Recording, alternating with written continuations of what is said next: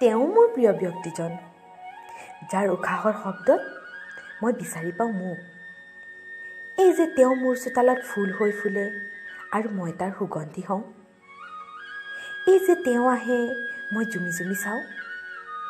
তেওঁ কাষলৈ আহিলেই নাকত লাগেহি সেই চিনাকি পকেট পাৰফিউমৰ গোন্ধ। তেওঁ যে মোৰ প্ৰিয় ব্যক্তিজন।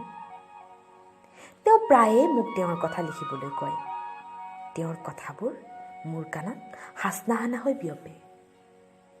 মোৰ ভয় হয় তেওঁৰ হৃদয়খনে কষ্ট পাব বুলি। তেওঁ প্ৰায়ে কয়, তেওঁ হেনো সদায় তেওঁ হৈ থাকিব বিচাৰে, তেওঁ আনতকৈ বেলেগ। ধেৎ, অকল তেওঁতো নহয়, আমি আনতকৈ বেলেগ, তেওঁ আৰু মই।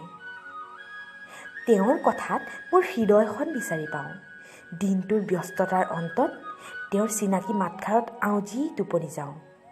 আৰু তেতিয়া তেওঁৰ উশাহবোৰ নাচে মোৰ বুকুত মৰমৰ দেষ্টিবনা হৈ। তেওঁ আকৌ কয় তেওঁৰ কথা লিখিবলৈ, আৰু মই এটা এটাকৈ আৱেগবোৰ বুটলি যাওঁ মাথো তেওঁৰ বাবে।